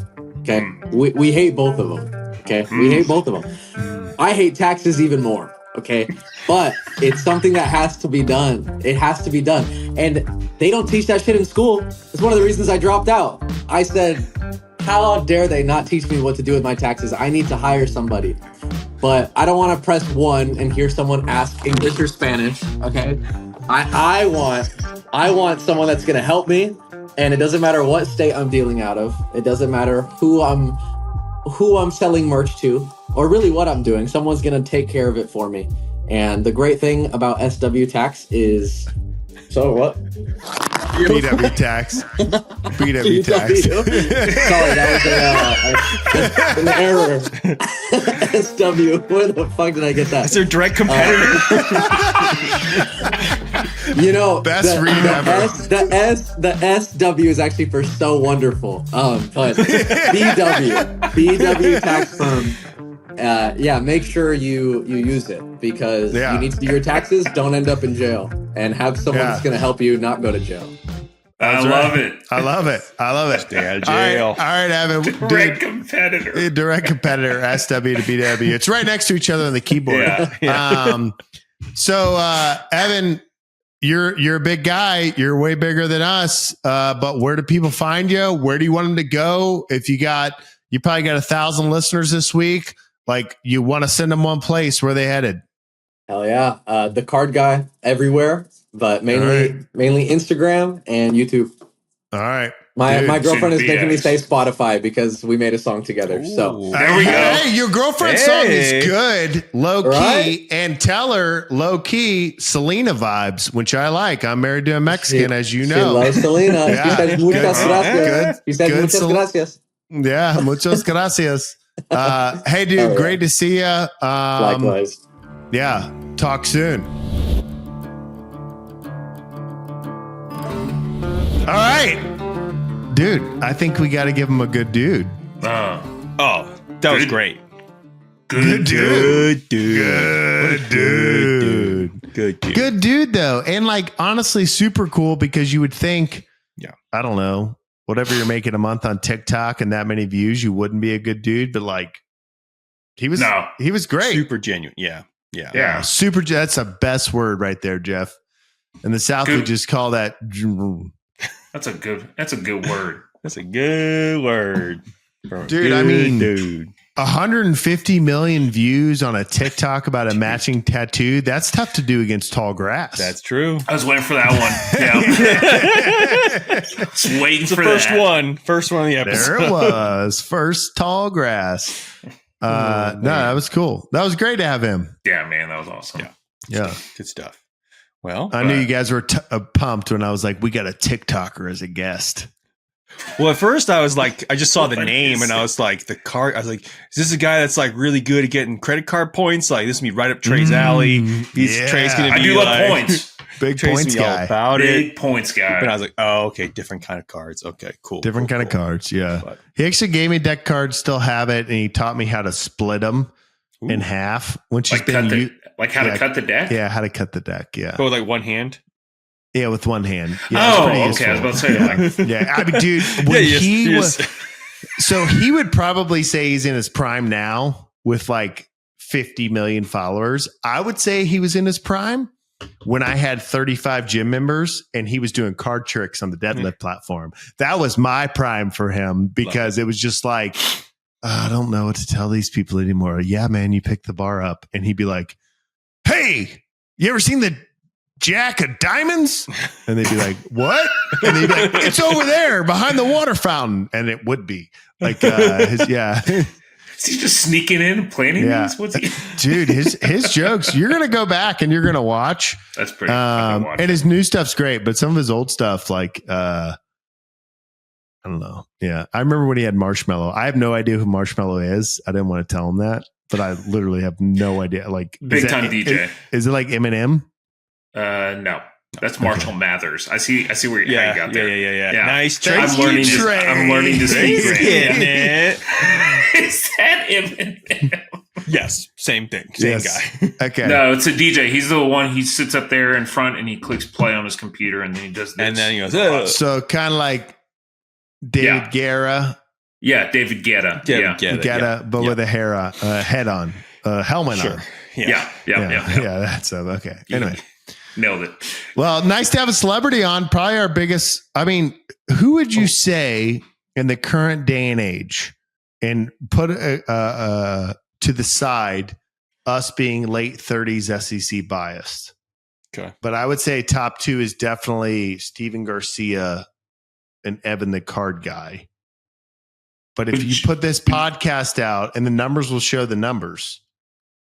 Like when we threw Garcia up, did above average, especially on YouTube, right? YouTube, that's what's interesting is like a podcast, as Evan said, whole different ball game, because like you don't have the thumbnails, you don't have the keywords, you don't have the stuff. Like you just have to have people like looking for this or getting linked to it. But do you think Evan the Card Guy or Steven Garcia? Or Nolan Hickey? I mean, that's a close third for me. For sure. I would say I thought Jen Thompson was pretty big too. True. Yeah. Like in that world, you know what I mean? Yeah. Which is more of our world. True. Both of these guys are outside our world. Actually, that'll be a fun thing. We'll Jeff, ask me all those stats next week. Okay. And I'll see who performed better. But yeah, Jen Thompson in our world, probably the biggest. I don't know. I mean, I think Evan's probably bigger than Garcia. I would say Steven Garcia is real big in your neck of the woods. I would say that Garcia has 1,000 loyal fans. That's there you go. That's what I would say. When I say 1,000, I'd say I mean 90,000. How many does South Carolina Stadium hold? Because that's how many he's got. 89,500, baby. Mm-hmm. All right. And with that, we should go into college next football. slide, homie. You know where we're going. Let's break down this last weekend. Dude, absolutely chaos. A lot of good games. Dude, insane. Games. You could have left it on ABC. Well, besides the Texas game. That was kind of a blowout. I have a good story on that. Yeah, Oklahoma was overrated going into that, so I feel like their ranking was inflated. But it's just like, go tell the story, because I just feel like I should tell it because it's before we get into like the X's and O's of college football. Okay. But so it's PJ's last day in town. My wife's 9 months pregnant. 9-month pregnant wives don't want to do a lot of things. If you don't know, now you know. And so it's like, where should we go? And so there's a place called GBX in Greenville. It's like an old church, and they have like a store in the front. In the back, they have like Mario Kart. It's kind of hipster, and one TV, get your drinks, whatever. So it's like, let's go there. It's like 2 blocks from here. It'll be easy to go to. So we go there, and I'm like, Texas, Oklahoma's kicking off, or it's actually like 1 quarter underway. I'm like, I want to see that. I'm like, I also want to see PJ before he leaves. So I text him. He's like, boom, yeah, me and my wife are coming. So we meet him over there. So we go in, walk in, guy's super nice. I'm like, dude, we just tried to go to Yeehaw. Trey, your favorite place. Line was like 3 blocks down the road. We picked this. We're here to watch Texas, Oklahoma. He's like, it's on, brother. I'm like, cool. We're sitting there, wife and I hanging out. PJ and Kate come in. PJ doesn't care about sports. Everyone knows they're facing us. I'm facing the TV, and I'm like, I don't care what the score is. Like, I'm here to watch this game. And barkeep switch out, and older white guy leaves who had brought my wife Diet Coke, done the thing. Young guy comes in, pants don't reach his ankles. I'm gonna totally slaughter this company right now, just by the way. Pants don't reach his ankles, boots are too high. I actually liked his boots. Has a gold chain, sweet mustache. And so I go up, talk to him. I'm like, hey, can I get another Diet Coke? He's like, sure. I'm like, sweet mustache. He's like, likewise. Sit back down, watching the game. PJ's talking about moving. Look up, and it's like a beer commercial. And the beer commercial just doesn't end. And I know you guys both speak Grant, but there's a movie in the 80s where like guys are drinking beer and watching football that I won't be able to explain. I've never seen it. But all of a sudden I realized like, this is a movie. This is a movie. So I walk up to the guy and I'm like, hey, are you about to put the game back on? And he says to me, I didn't realize this was the point of the year where this place turned into a, and I quote, effing sports bar. And I look around and I go, well, there's 7 of us here. Those 3 women look like they're having wine night and we're all facing the TV. We're here to watch the game. And he goes, yeah, well, I guess I have to comply. And like my Google review is just being written in my head. I'm just like, are you even kidding me? And so I'm like, okay. So then he like grabs the remote and he's like fumbling around. It's like a Roku. He's like, well, where is it? And he's like on YouTube and he types on like Texas Longhorns. And it's like literally the first video was like A&M beats Texas. I was like, dude, love it. I was like, click that, watch that. Yeah, I was like, you're on YouTube. Like, do you guys use YouTube TV? Common mistake. Click the wrong one. And he's like, I don't know. And he's like so mad that I don't want to watch a movie. And I'm like, oh, like wherever you get live TV, it was just on.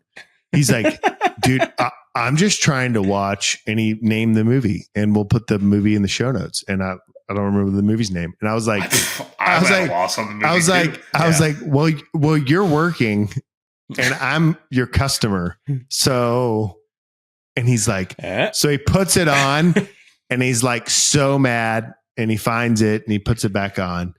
And there's like 2.5 minutes left and Texas just like beating the hell out of Oklahoma. And the game ends, and the second it ends, like I can see he's agitated and he's watching. Maybe he like switches back to his movie. And like I've already beat him up to the bar. Like the second he's like clicking okay, I'm like, hey, can I close out? And he goes, oh, are you guys leaving? I said, yeah, we came here because we thought it was a sports bar. He goes, oh, did your team win? I said, oh, I didn't care about any of those teams. I just literally came here to watch football and now I'm leaving. And yeah, it was great. Yeah. So anyway, that's my Texas, Oklahoma story. It's going to bother. I'm going to be laying awake at night trying to figure out what movie this is. Yeah. They're drinking beer, watching football. Like they're at a football game or they're like watching it on TV. No. Are they in college? Now I got to send text out because I feel like, see, all the things we're losing without PJ. I'm going to find out. Okay. Okay, we'll come back to this. Okay, go ahead.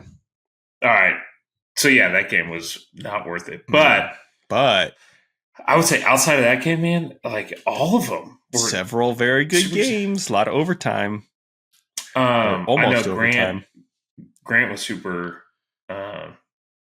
I don't know. I feel like he didn't have any emotions about the South Carolina game. Yeah, I feel like we should have like.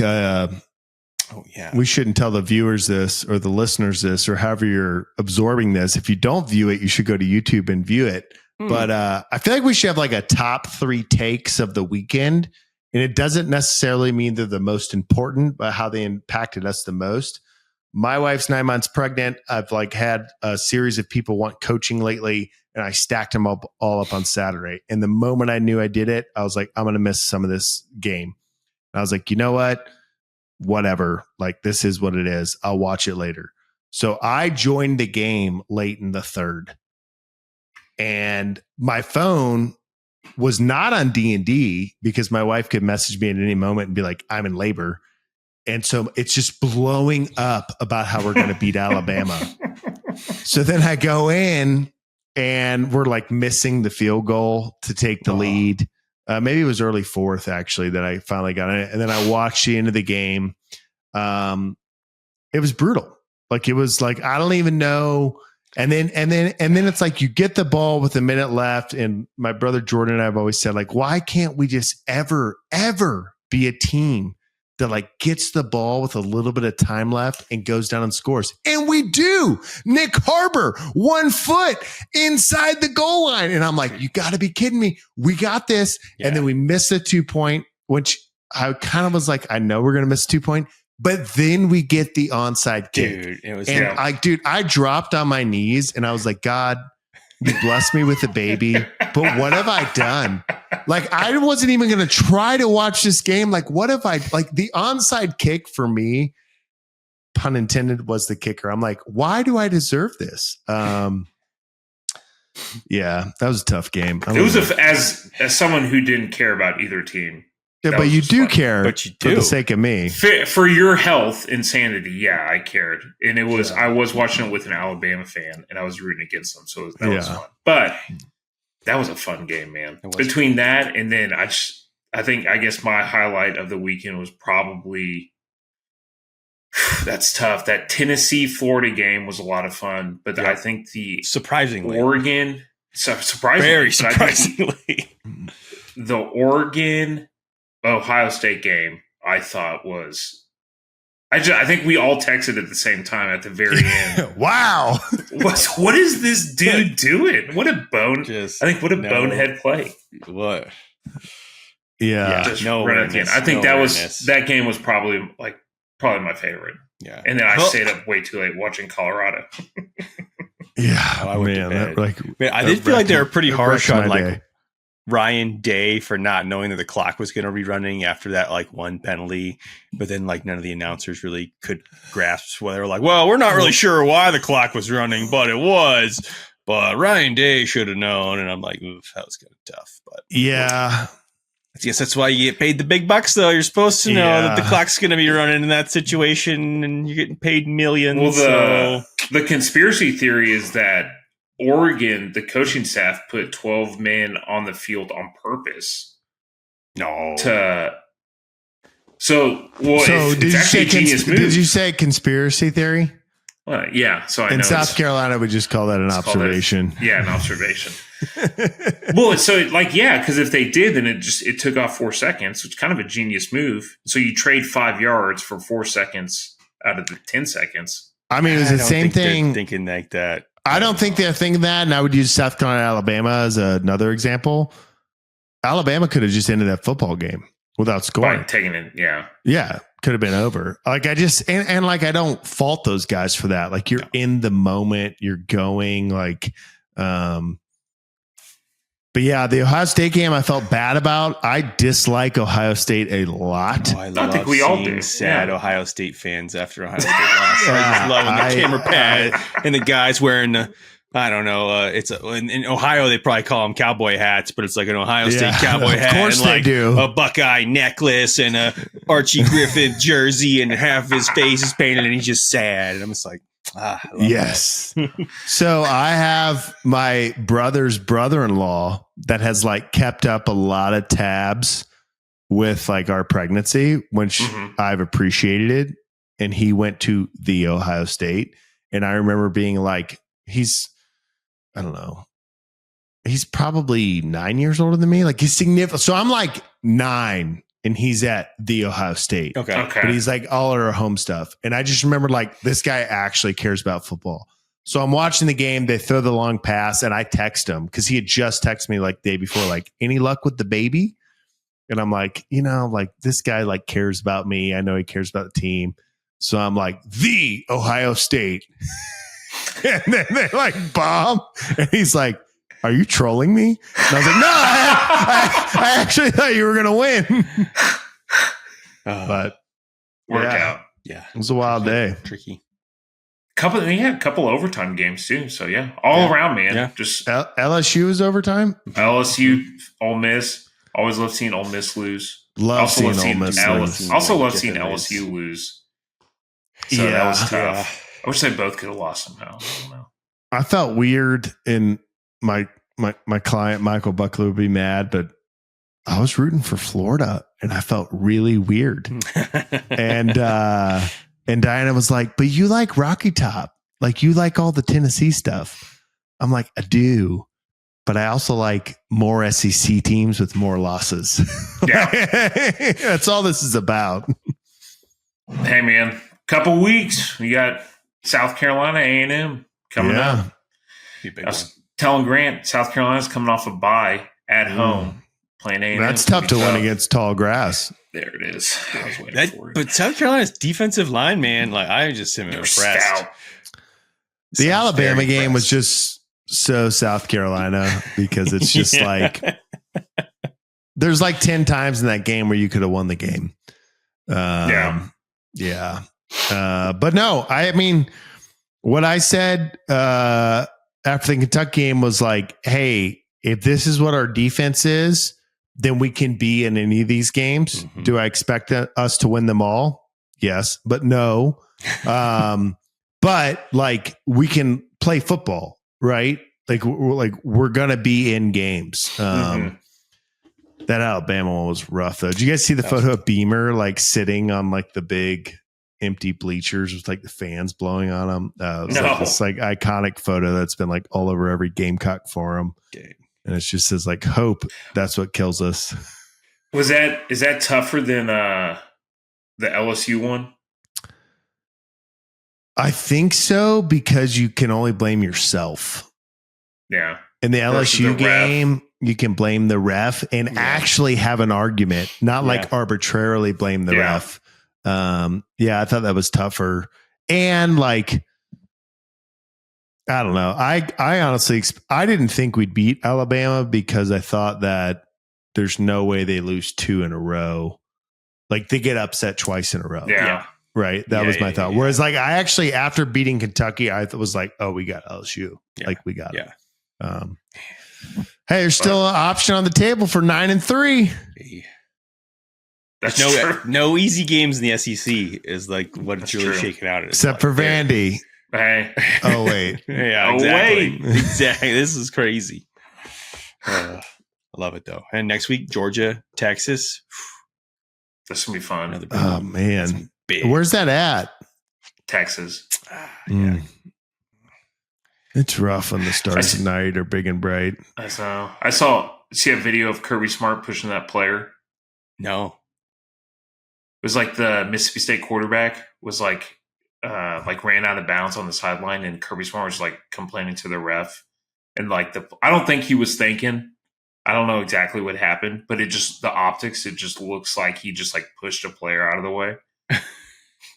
Like shoved him and then started yelling at the ref. I'm like that's not a good look. Yeah. I don't think he did it on purpose, but Kirby wasn't being too never know. That's SEC drama. All right, so Georgia's got Texas. Who's Auburn have? Missouri. It's gonna be a fun game. Is it at home? It's on the road, I'm pretty sure. In Columbia. Yeah. Death Valley. Is that what they call it? Probably. All lowercase. Yep. Yeah. That's pretty good. A&M has Mississippi State. Again, man. The SEC. Dude, I was like, oh, Georgia doesn't have no problem with it, but like they kind of just hung around and made it a ball They did game. that the week. They did that the week before too. They keep doing that. And they did that with Texas. Yeah. I'm not, as much as I hate to say it, I'm like, dang, I think Texas might be the best team in the SEC. This year? Yeah. I think so. We'll see. I don't know, man. They're getting who else has no losses? In the SEC? In the SEC? Yeah. No one, A&M's right? undefeated in conference. No, total. Just overall. But I know what you mean. Overall. It's just Texas, right? I think so. Yeah, they're 6-0. Yeah. I don't think they make it undefeated. Well, they haven't gone against tall grass yet. All those grass has been pretty short. Dude, at those fields, I feel like. They played Mississippi State and they've played OU, and both those teams aren't great. Yeah, I think South Carolina beats OU. I do too. I would agree with that. I used to think that was a loss, but like I think South Carolina beats OU. I thought that too. I think OU is not that good, and Texas is going to benefit from them being like 18 at the time, but OU is going to drop out of the top 10 or out of the top 25 for sure, and not come back. But I don't know. Good week. Good week's coming up. Yeah. What do you guys think about that primetime game?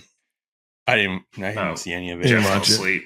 Jeff, it was bad. I was like, so Trey had said in our group text, "Are you staying up for it?" And I thought, like, no way.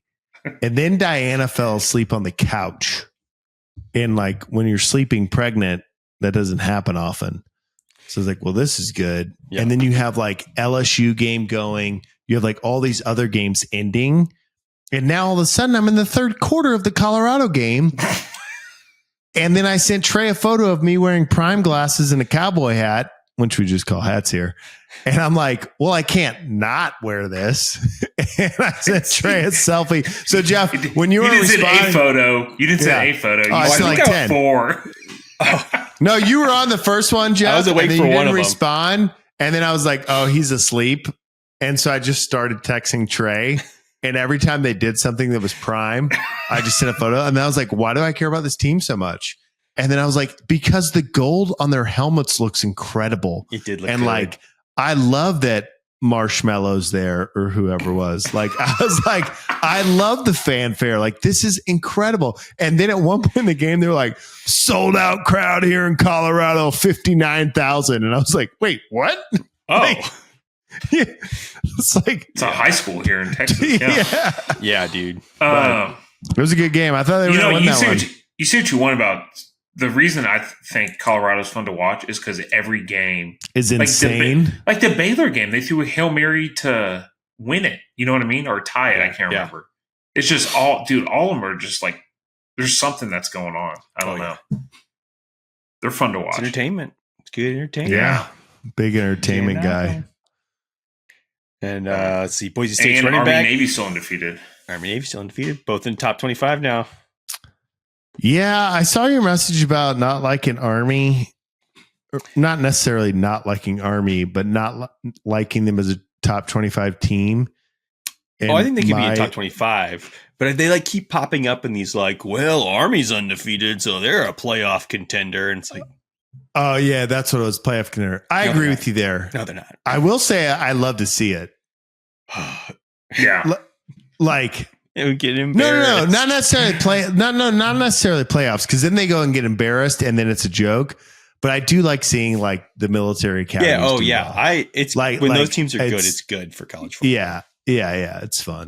Gee, I love reading the stat lines on it. Oh, like for the game, dude. It's like, and it's just like 359 yards. And it just says under passing, no passing attempts. Yeah. That almost happened. No, that did happen. That's this last one. Oh, that it's. I don't think. Oh, that was the final. No that was the final. attempts? I don't think Oh. they threw a single pass. I thought the funniest thing, the Colorado game, when it was like impact players, and it's like an algorithm that pops up, and it's like Travis Hunter, Yeah. and I'm like, wait, what? But it's Travis Hunter, right? That's the guy's name that plays both Yeah. ways. Yeah. And I was like, wow. But is that and then He I got think they hurt also in that have, game, like, didn't he? He did got get hurt. He's out. Hope he Yeah. comes back. Is on the third. But they had -7 rushing yards, I think. Yeah, I was negative 27 at the time you and I were texting about it. Yeah, and I think That's it what ended up it being was. -7. Yeah. Oof. But That ain't going to I get it don't know. done. Are you guys ready to guess this movie? Yeah.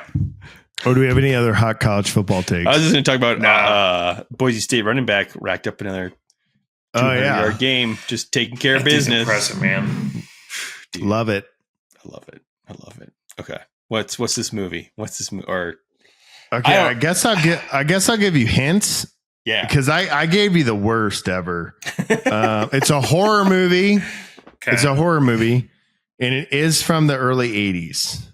Okay. Yeah, just what I want And to watch. I can when I go to a give- bar. I can yeah, exactly during college football season. Is it Halloween? Well, so obviously I've never seen this movie, but I'll just give you topics. Should I name stars, directors, or writers?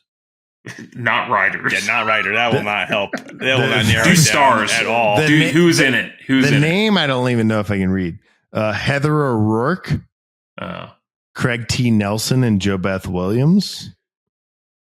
Let me Craig T. see. Nelson? I know that Coach? name. Is that- Yeah, coach. Okay, That's here- Coach. Here's the storyline. A young family are visited Okay. by ghosts in their homes. At first, the Poltergeist. ghosts appear. Poltergeist. That's it. How'd you get beer watching football? That's the scene I saw. Was they were opening a 6-pack and one of the beers exploded. That's the scene that looked up. What did you? Wait, That I was gonna say pathologist. Wait, pathologist. Yeah. How do you say it? Poltergeist. Is it a good movie? It's all right. I mean, it's like a classic. It's okay. But I don't think it's like good. I wouldn't like go rush out and watch it right now. No, I don't. I've seen it once. I would go watch Pathologist. Yeah. Great movie. I would watch that That's over a the movie. Texas-Oklahoma game. Pathologist. Does that word have a meaning? No. No. Poltergeist Poltergeist? does, not Pathologist. Yeah. What's poltergeist mean? It's like a ghost. Yeah, Spirit. evil spirit. Sorry, I'm a Christian. I don't get it. Do Oh, jeez. you want to do a rundown of the top 12? Yeah. I'll start at the bottom this time. We're getting better. After action, Are we saying taking inputs. who's going to be in, who's going to be out? Is that what we're doing? Yeah. You say, hey, they're Okay. for real or they're pretending. Okay. Number 12, Notre Dame. Pretending. Yeah, pretending. I think they'll make it. That's a good Honestly- take, because you don't think they'll play anyone else. That's Yeah. probably true. I- They probably will make it. Okay. I'll still stand by pretending, even though no one Yeah. tracks these. I don't think they're Even though they're good, going to be but- like number 3 in the country somehow, and like, oh yeah, Notre Dame. Like, I think they'll be in. And they'll have I don't 4 think- losses. Yeah. Number 11, Tennessee. Out. I like They'll that lose to too. Alabama this weekend. Yeah, Yeah. I think they're gonna. They're done. Clemson, number 10. And Oh my god, they're in, but they'll lose. I think first they're round. going to be in 2. I think they're going to they're going to be one of those. I think they're going to get better as the season goes on. Unfortunately, Iowa State undefeated, 6-0. Iowa State Cyclones. I think they're in. I don't think they're going to win, but I think that they'll suffer one loss and still make top 12. you think so? I think, yeah, I could see that. I think they'll lose to BYU. Like, I think BYU, because I don't know where BYU's at right now. I think they're outside of the top 12. They are. They're just yeah, outside. I think BYU's going to win the Big 12. Okay. Okay. Sleeping in Moving up Colorado. to number 8, LSU. LS who? LSU. This is today's standings, Sunday night. Today, yeah. Yeah, I wonder who they got left. They're gonna That's lose. interesting. they're going to lose in 2. They're going to lose in 2 weeks. I like LSU. Is it A&M? Yeah, I feel like they're down the road team. I'm in. They're in. you're in on In? LSU. Okay, I'm in on LSU. I mean, they still got to play A&M and Alabama and Vanderbilt and Florida and Oklahoma. I can't believe you said and Vanderbilt and Oklahoma. Yeah. And I can't believe you said and Florida. After this weekend, I'm like, I don't know who's I actually don't know, bad in yeah. the SEC. Yeah, I don't either. Oh, man. Number 7, Alabama. Mm, Mm. I'm going to go out. Ooh. Out. I think they're going to stay in. How many Okay. SEC teams do you think is going to make it? That was gonna be my next 3? question. Was like, I was like, over under SEC team or over under 2 SEC teams making the playoff. Over. It's 3. I think 3. You think 3? Okay. Yeah. I don't know. What do I know? I'm a Gamecock fan. Moving up to number 6, Miami, undefeated, 6-0. I think they're in. I think there's 2 from the ACC that'll be in. Okay. Yeah, Sure. I think they're in. Sure. Okay, moving up, number 5, Georgia, go Dogs. And Go they're in. Dogs. They're in. Okay, so yeah, you think Alabama, Georgia, and Texas, Trey, are going to be the SEC teams? No. What do you think? I'm, Do you think they're LSU, 3? that. Texas, I'm- Georgia. I mean, some of that home cooking right now, man. Ooh, Yeah, all next right, up. all right. I think A&M could. You sneak thinking in there. Auburn? Is that what you're thinking? Yeah. That's what I'm thinking too. I got some of that home cooking. man. 9-3 Gamecocks after a lot of upsets. I like it. I think if A&M can win the rest of their games and then lose, if they lose to Texas and they have a 2 loss, I think they could sneak in at like a number 12. Okay. Okay. Okay, moving up to number 4, the Ohio State. They're They're in. in. Yeah. On the ropes this weekend, but Penn State. I still kinda think hoping they they're lose. out. I think there's a collapse. I don't even know what the rest of their schedule looks like, but I'll pull it up real quick. Next week they got Wisconsin, next week they got Wisconsin. They got to play Ohio State on Loss. November Loss. 2nd, my sister's birthday. Oh, My happy brother's birthday. Hey. happy birthday. And they got Correction Washington, day. Purdue, Minnesota. Win. And then they end the season in Maryland, who I forgot was even in the Big Ten. I forgot that was even a school. Random loss. You think they'll drop on this? They'll I think lose they're going to- to win yeah. and lose to Ohio State. I think they're Actually, and I think Ohio State might be their. Is it no? That was Illinois. Never mind. Yeah, they're in. I think they're in 2. Okay. Number 2, Oregon. In. Yeah. out. Yeah, it's in. Oh, it's always sunny in Philadelphia. And then number 1, Texas. Yeah, they're in. They're in. Yeah, they're in. Did you guys see Pat McAfee? Yeah. Oh, yeah. Pat. Yeah. That was fantastic. That was I think I ripped on Pat McAfee in like first 5 episodes. Dude, I'm sold. Like the way He's he great. goes to every town. Oh, And like so he's no Pat longer McAfee. a Midwesterner to me. Pat McAfee. Oh, what did I say? Pat Pat McAfee. McAfee. Same. Good night. Trey was so confused. I can see. I was like, "Oh, it didn't register." I was like, "I'm just What- going with what are we it." talking- I'm like, I I don't know, need what are to we correct talking him about? every time. I know who he's Pat talking McAfee. about. Yes, yeah. He does it. Yeah, I'm sold on him as I game think day as he's well. great. I agree. And his brother Pat McAfee. And Pat. Sometimes Yeah. I'm like, do I have dementia? Because I'm not actually trying to be funny. I know. I know. That's the thing, is I know you're not. Yeah, I thought he was great. I thought he was great with Oregon. Like I thought it was. Yeah, I'm sold. He's done a good job, man. I love Yeah. these field Yeah. goal segments with like him, Oh, love Saban, 'em. and then some random guy. Yeah. Did you see the get hustled this week? That kid Yeah. missed the first one on purpose. And Saban was 100%, like, and then "Yeah, give him another nailed. shot." Nails the 50 second one, gets 100 grand paid for by a sponsor. Yeah, amazing. BW. Home BW Depot, but yeah, or BW Oh. tax. Yeah. Well, he's gonna need BW tax. Oof. Okay, so then quick rundown of the remaining teams in the top 25, and then call out 2 teams you think might be maybe movers and shakers. Number 25, Navy. Then we got Michigan, Army, Illinois, SMU, Pitt, Mizzou, Ole Miss, Kansas State, Indiana, Boise State, Texas A&M, BYU. I'm still sticking with Pitt. Okay. I did Okay. have, I think that's a I good did one. have Colorado, and I don't think it was a bad take, but the loss to Kansas State has crushed them. Yeah. So I'm going to go Pitt A&M.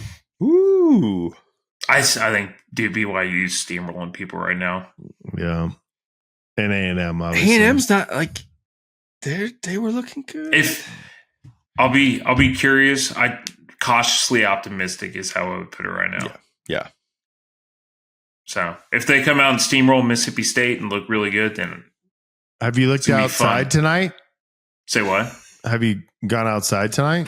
Yeah, the stars. Is that where you're going with this? Yeah. Wait, no, take a quick look at your grass. How tall is your grass? I was actually going with the last time you cut your lawn, but yeah, take a look at those big and bright stars. That's like there's only like 6 jokes about Texas Grant's got, so I gotta go through the Rolodex on this one. Hey, we all get lucky it. sometimes. That's true, baby. I was high on University of Utah.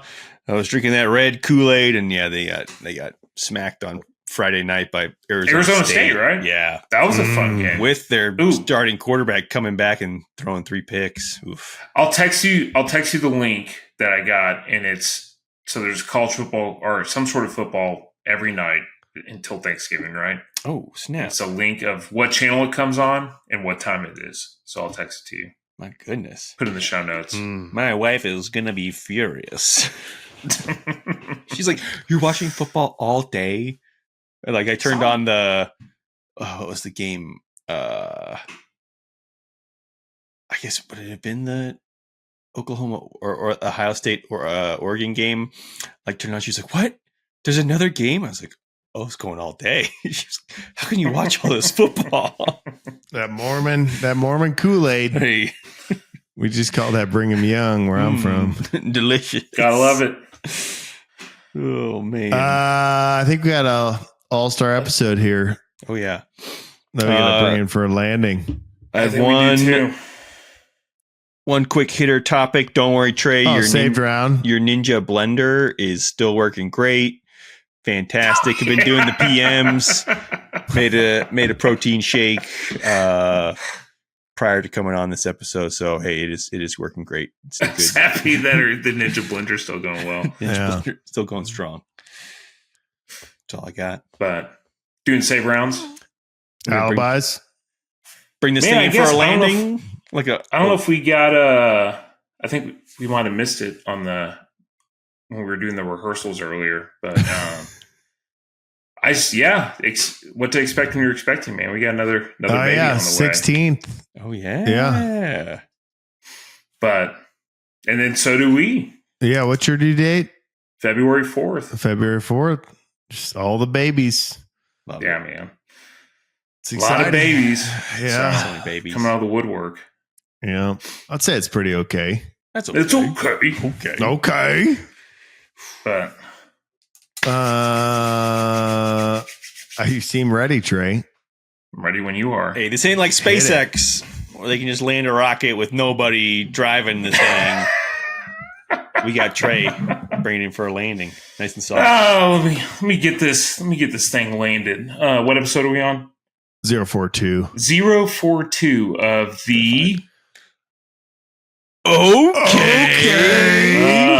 podcast. Like Best thank our ever. guest tonight. Best ever. That was actually pretty good. Yeah. I'd like to thank our guest, Evan the card guy. Great guy. Better at cards. taxes. Cards, yeah. Yeah, better at cards. Speaking of taxes, that's where we were going with that. I'd like to thank our sponsor, BW Tax, keeping the lights on as always. I believe we are still powered by the Strength Co. We are verified. Everyone, show Love it it. off. If you can, we'd love to interact with you. If you go to the link below, in the show notes, you'll see the Slack.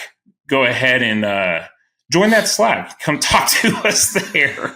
Love to see you. Ask us some questions about lifting, how to get started. If you're an expert, what you can do to improve, or if you just want to shoot the breeze, we can talk about sports or pretty much anything else in there. Go to www.theokpodcast.com.